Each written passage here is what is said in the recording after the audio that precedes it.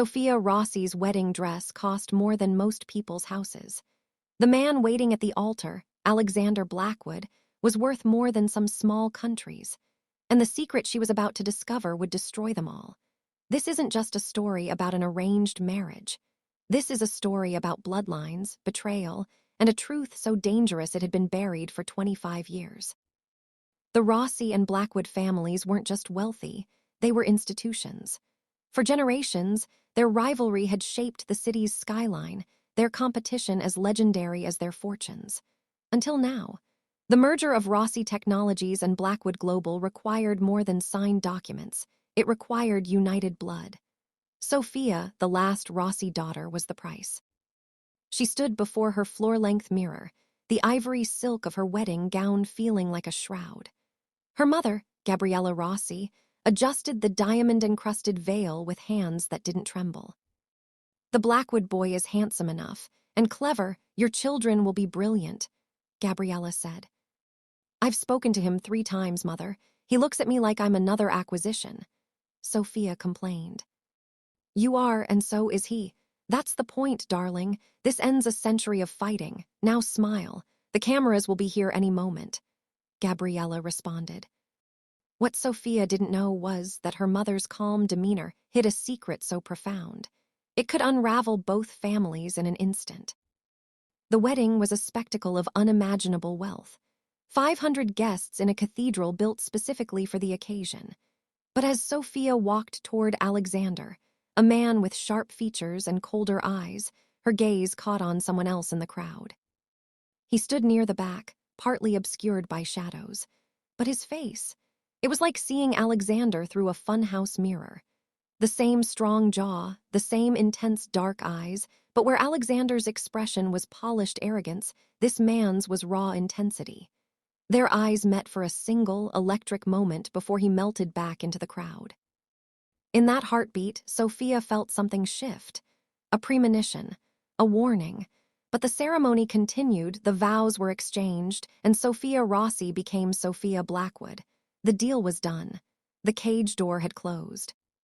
The reception was a whirlwind of champagne and hollow congratulations. It was there she saw him again, the man from the shadows. He stood near Alexander, and now she could see he was part of the security team, his earpiece barely visible against his dark suit.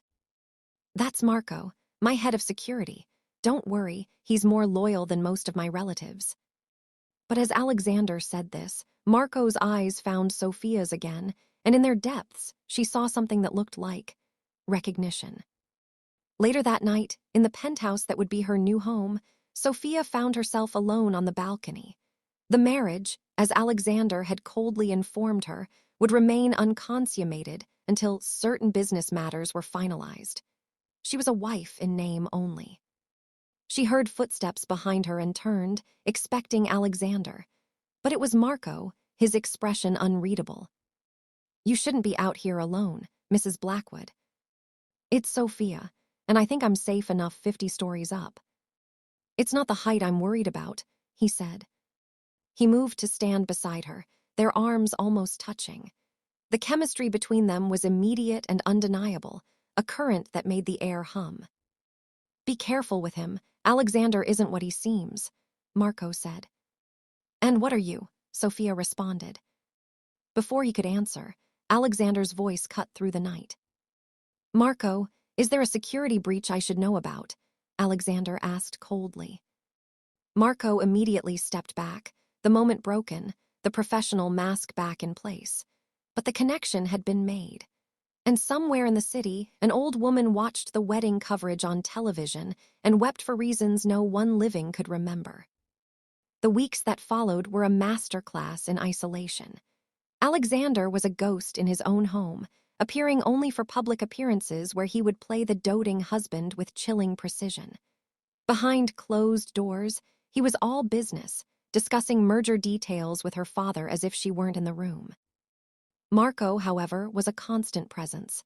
As head of security, he was assigned as her primary protector. Their days fell into a dangerous rhythm. Morning drives to charity events, afternoon walks in secured parks, evenings spent in different wings of the same silent prison. During a drive through the city, their car was surrounded by paparazzi.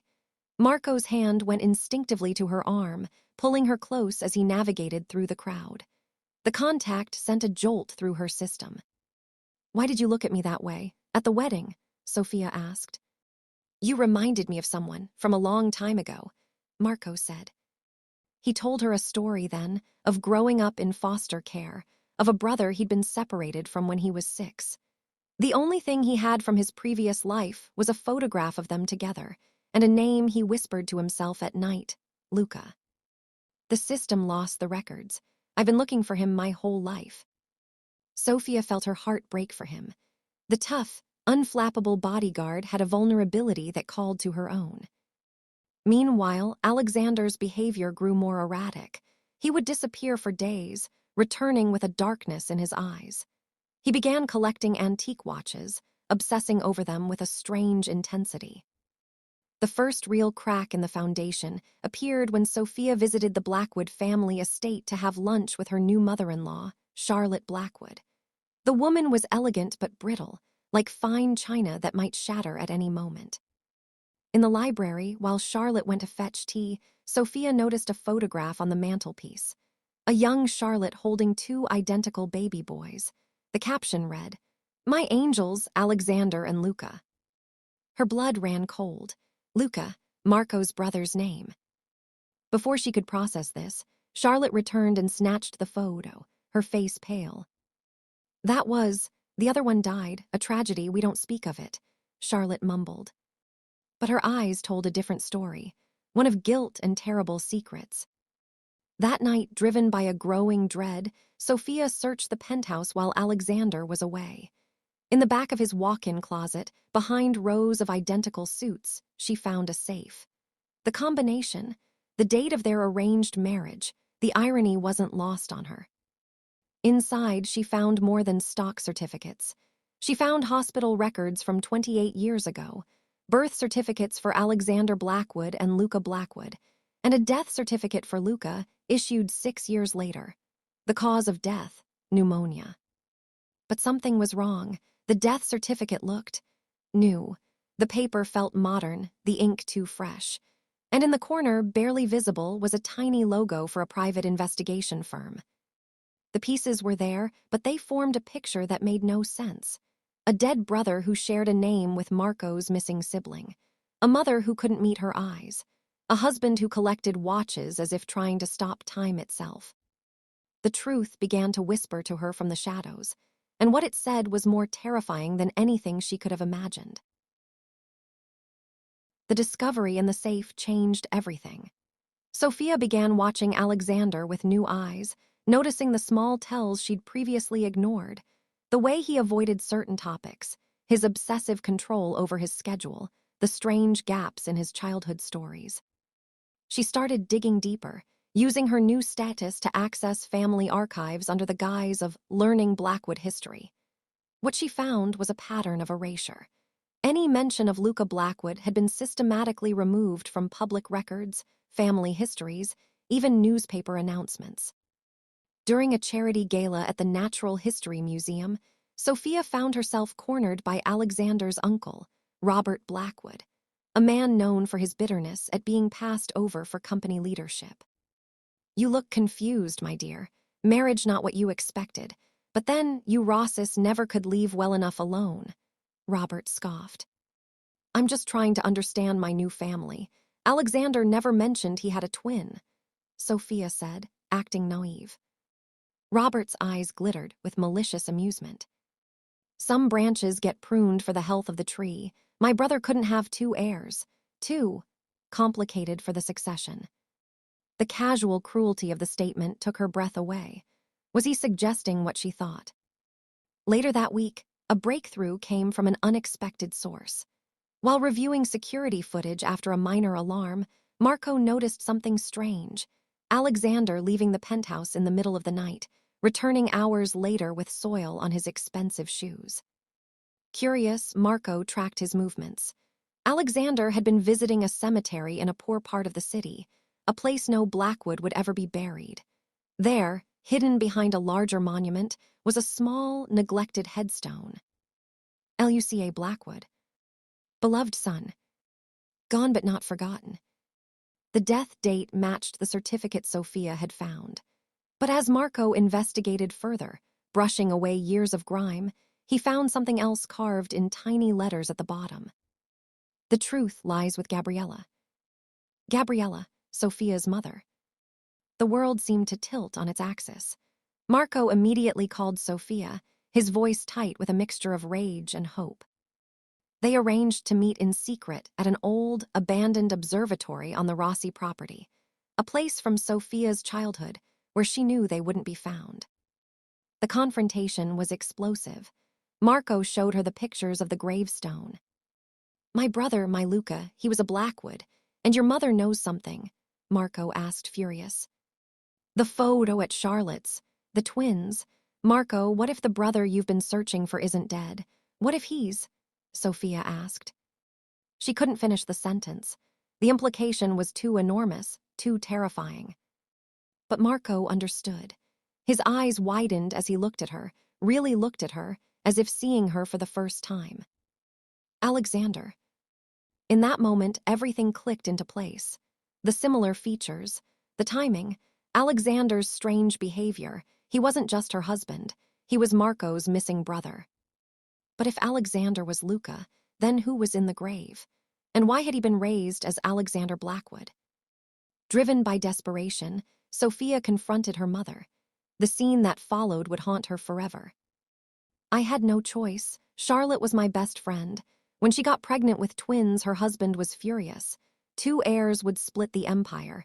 He demanded she get rid of one. Tears streamed down Gabriella's perfectly composed face as she revealed the terrible truth. She was going to send one away to an orphanage overseas. I couldn't let that happen, so I helped her fake Luca's death. We created the certificate, even the grave. But I couldn't let him go to strangers, so I placed him with a family I trusted. You knew. All this time, you knew Marco was looking for his brother, and you let me marry him. I didn't know it was Marco. The records were sealed, the family moved away. By the time I realized, the marriage arrangement was already in motion. I thought it was fate giving them back to each other. But as Sophia would soon discover, her mother's confession was only half the truth, and the remaining half was far more dangerous. Armed with the terrible truth, Sophia and Marco devised a plan. They needed proof, irrefutable evidence that would force Alexander to acknowledge his true identity. But Alexander, it turned out, had been several steps ahead all along. He summoned Sophia to his office, his expression unreadable. On his desk lay photographs, grainy but unmistakable, of her and Marco at the observatory. Having an affair with the help Sophia? How? Predictable, Alexander asked knowingly. This isn't about an affair. We know who you are, Luca, Sophia responded. The name hung in the air between them. For a moment, Alexander's mask slipped, and she saw raw, undiluted fear in his eyes. Then it was gone, replaced by cold fury. That name means nothing. The boy who bore it died years ago. My mother told us everything, about the fake death, the cover-up. Your mother, you think she told you everything. Oh, my naive wife, she doesn't know the half of it. Alexander laughed. What Alexander revealed next would shatter every truth Sophia thought she knew. It wasn't my father who wanted to get rid of me. It was Charlotte. She couldn't stand the sight of me. I was the difficult one, the sickly one. The reminder that her perfect life wasn't so perfect. He told her about the beatings, the locked rooms, the whispered threats. How his own mother had tried to smother him when he was 4. How Gabriella Rossi hadn't saved him out of kindness, but as leverage, a secret she could hold over the Blackwoods forever. The loving family she placed me with, they sold me to a black market adoption ring within a year. I went through 5 families before I aged out of the system. Your mother never checked. She never cared. Sophia felt the world drop out from under her. Her mother's heroic act had actually condemned Alexander to a childhood of unimaginable suffering. When I finally tracked down my real identity, I made a choice. Luca was weak. He was a victim. Alexander Blackwood is a survivor. I fought my way back into this family. I earned what was mine, he said. The merger, our marriage, it was never about business, was it? It was about revenge. Sophia asked, understanding dawning on her. Finally, she understands. I'm not just marrying a Rossi. I'm marrying the daughter of the woman who destroyed my life. And I'm going to take everything from you, just like everything was taken from me. But Alexander had one more secret, one final twist of the knife. There's just one problem with your little theory about Marco. You see, my brother Luca really did die when we were 6. The pneumonia was real. I'm not Luca. Sophia stared at him, completely lost. If he wasn't Luca, then who was he? And why did he look exactly like Alexander Blackwood? As if reading her mind, Alexander delivered the final, devastating blow. The real Alexander Blackwood died in that hospital bed 22 years ago. I was in the next room, a nameless orphan who looked enough like him to be his twin. When Charlotte Blackwood saw her chance to have at least one perfect son, she took it. She stole me. He leaned forward, his eyes burning with triumphant malice. So you see, my dear wife, your bodyguard is mourning a brother who's been dead for decades. Your mother's secret is meaningless. And you're married to an imposter who now owns half of everything you've ever loved.